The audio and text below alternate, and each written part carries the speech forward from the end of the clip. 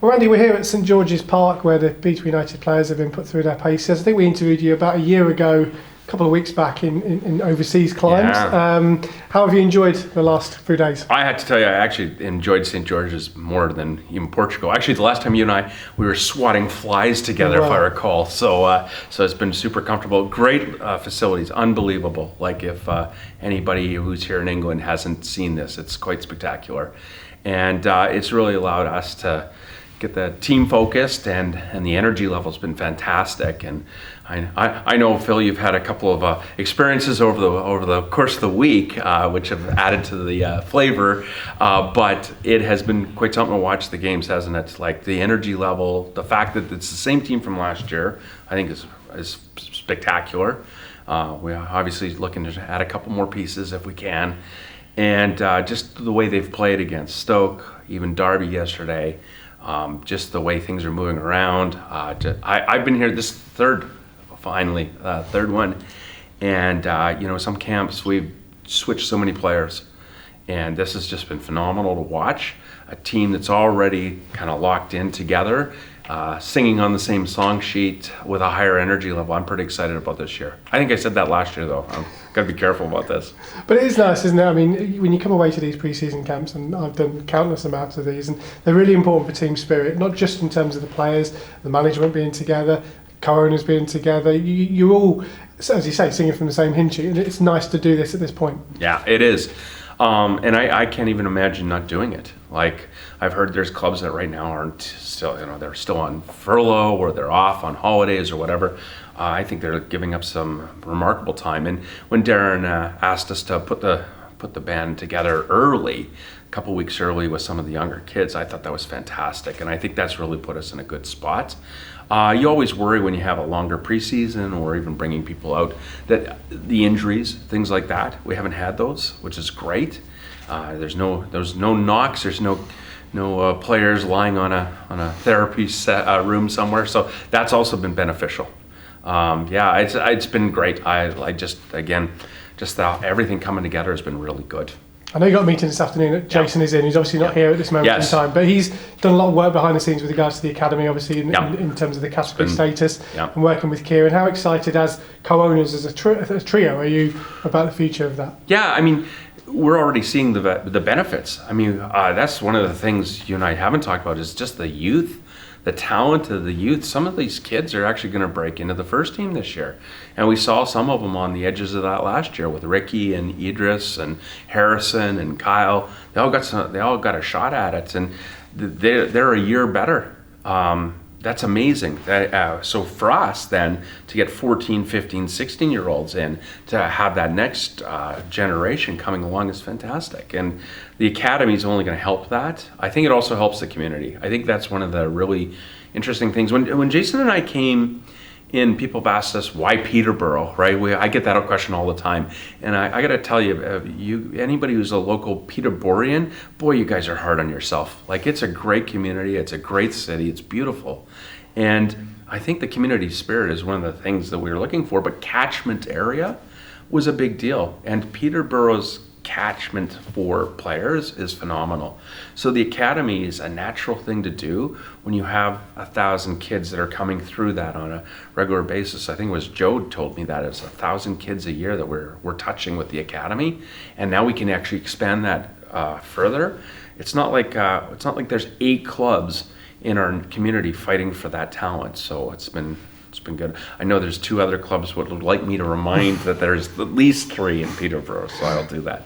In terms of when we spoke to Darry yesterday, he was talking about the reaction of the supporters during this period of time and how great that's been. And obviously he's been at the club a lot longer than yourselves. Yourself and Jason obviously have been speaking to supporters on social media. You must be surprised by their generosity during this period of time. So, I've got to tell a quick story as a guy who builds startups. My first startup was an internet company. And, I was 26 with my partner. We were growing too fast. And I remember one of the times that makes you cry as a business owner is that first time I couldn't meet payroll. And I'd gone 3-4 years, and I just knew everybody was counting on me. Like, it was my job to look after my family. And my family was 19 employees. And we said we need 5 days. And 2 of the employees stepped up and said, we've got it. And that's just heartbreaking as an owner.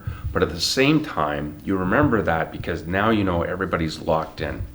I tell that story not to just give a little bit about like me, but that's how I feel. Like the people of Peterborough said, we've got you. And it's a great feeling. Yeah. We spoke about the stadium a couple of weeks back when you did the interview with BBC Radio Cambridgeshire, and obviously the 2023, January, and let's be clear, January 2023, underline it. That is a mark that we've put. It's a way of keeping the owners accountable to a checklist. Hopefully we get as I said on BBC, an A+ instead of an F. But you know, there's a lot of slip that can happen. But that's our plan. That's what we're looking at.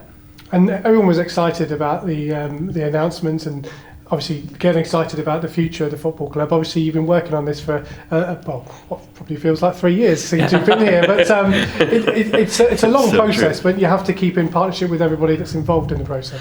Yeah, I mean, I don't think people understand how important someone like Bob Sims is to the whole process. Like, we have people that are so connected to the different pieces of politics. We have a great relationship with the Combined Authority. We have a great relationship with the PCC. I know that the reason other clubs can't get their stadiums off the ground, and when we say 18 months, I don't know if anybody in England can say we did it in 18 months. Yeah, but if you look at Luton, if you look at Brentford, if you look at, Tottenham, oh my goodness, everything goes to planning and authorities and permits. That's where the problems are. And when we have the kind of community partnerships we've already got in this, it makes the whole process easier. And I think that's what people don't understand, is the value of that partnership with the city started all of this. We're nowhere on the embankment without the city. Like, we recognize nobody's built anything on that embankment in thousands of years, and we're going to get the privilege of being a jewel in the city. It's a big responsibility, but it's when the city's actually undertaken to say we think you're okay. We think you can handle the responsibility, but we only get to do that because we have that partnership. So I'm glad you brought that up, because I think when you look at the whole stadium process, building is the easiest part. But we have to find if there's the Peterborough newt, as I've said last year, or I'm starting to get more and more concerned about the archaeological issues. But again, that's part of the process, and we've already got that under control. Yeah, one of the things that people were talking about when we made the announcement of where it was going to be, etc., was the capacity, because I think people look at it just as a football stadium and think, well, you're never going to fill 19,000 people because we're not filling it at the moment at our current home. But that's where the whole community aspect comes in, doesn't it? Yeah, it's funny. I might troll Twitter and a couple of the fan forums, and there's a lot of pushback on the 19.5, which is interesting to me. To us, it's all lockstep. It's all you build a stadium, you put a team of players together, you bring people into this new community. 19.5 sounds like pretty easy in some ways, and I think it's not that much bigger than London Road. But again, I think we're expecting that this center that we're building is not just a stadium. And we've talked about the stadium. If you think about an inverted triangle, the stadium, that part is actually at the bottom of the triangle. At the top, you've actually got what's going on 280 days a year in that place. And if it's a complex, and we're working with the cultural community, we're working with the Key Theatre on the other side, we've got events that are community supported. The university is going to be a big user of the stadium, we believe. They've never said anything, we just believe that that's probably going to happen. That means that the football component of that community center is actually quite small. And therefore, we're less fussed about the 19,500 than we are about. I'm more stressed if the place is not used 280 days a year, if that makes sense. Yeah. Of course, part of the process is a tech centre. I know that's something you're very, very passionate about, and will help create a real hub in Peterborough.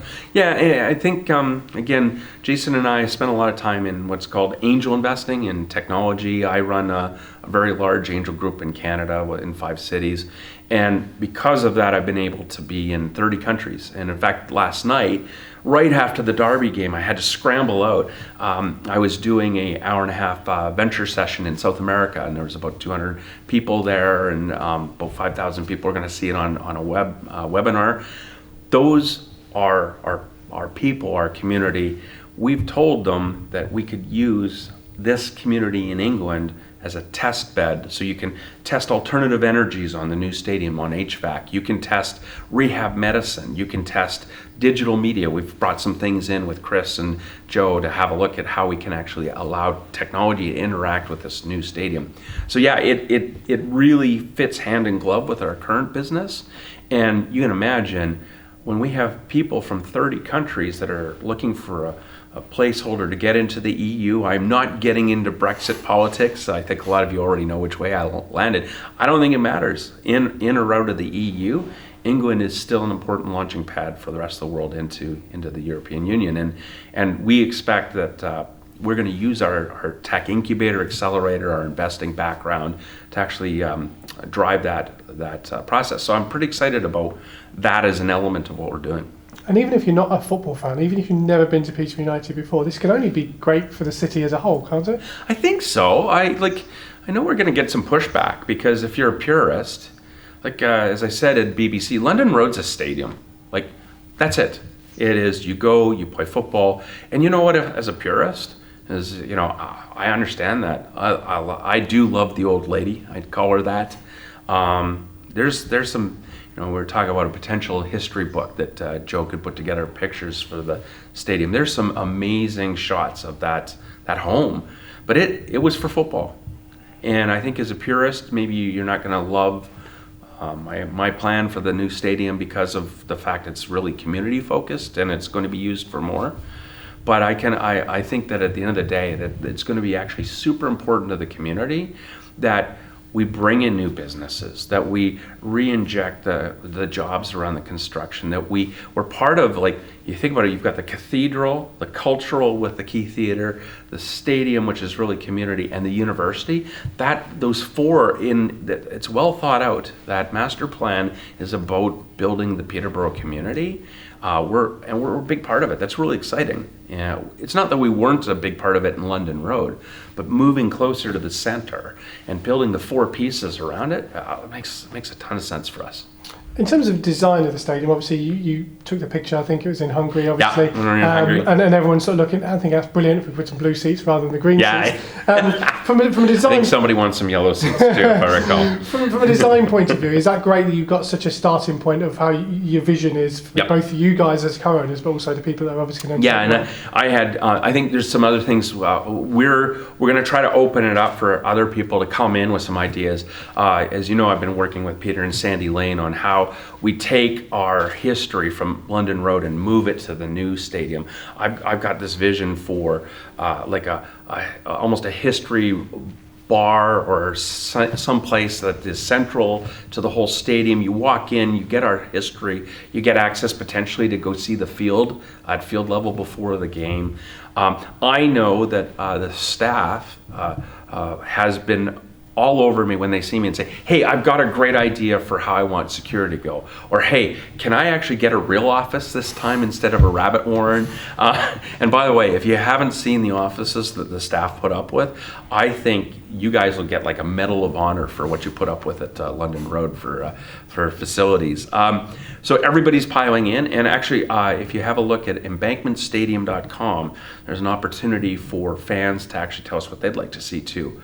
We've got, so one of the things the Trivandi guys, they didn't want us to do was actually put out a representation of the stadium, because they were worried everyone would go, oh, well, that's what it's going to be.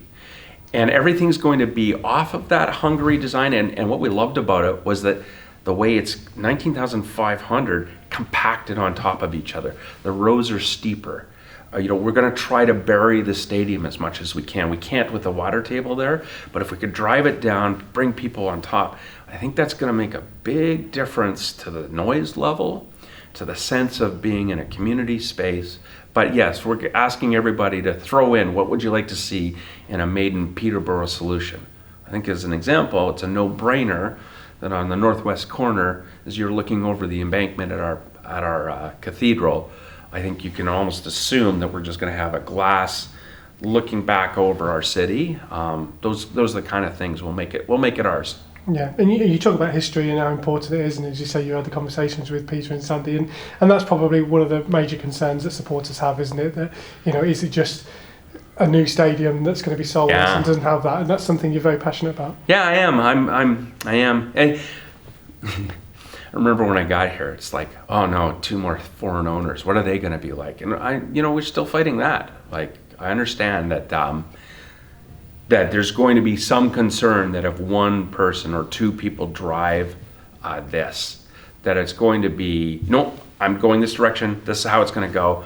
So the more we can bring the community in, the more times people get to talk to us about it, the more time you get to interact, the more we can make it feel like it's your decision. I think that's going to be massively important.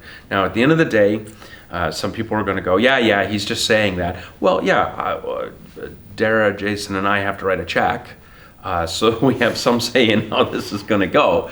But I think it's going to be super important. And I saw this in North American stadiums, especially baseball. You've got, like, Fenway Park it's Boston. Right? We have to figure out a way that what we do with this stadium is ours.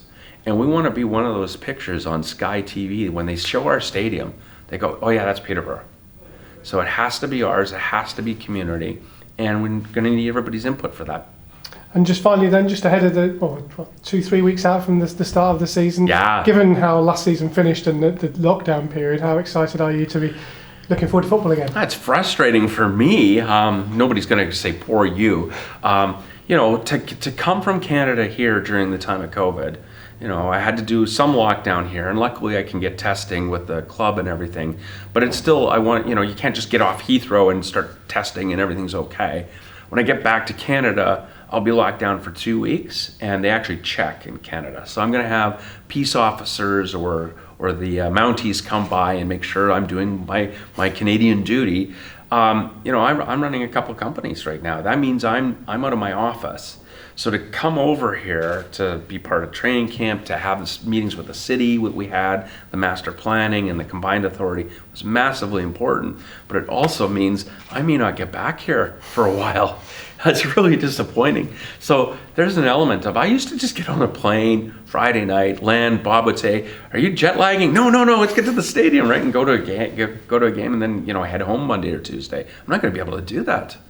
And so there's an element of me that's kind of, I'm going to have to watch it on iFollow. That really sucks.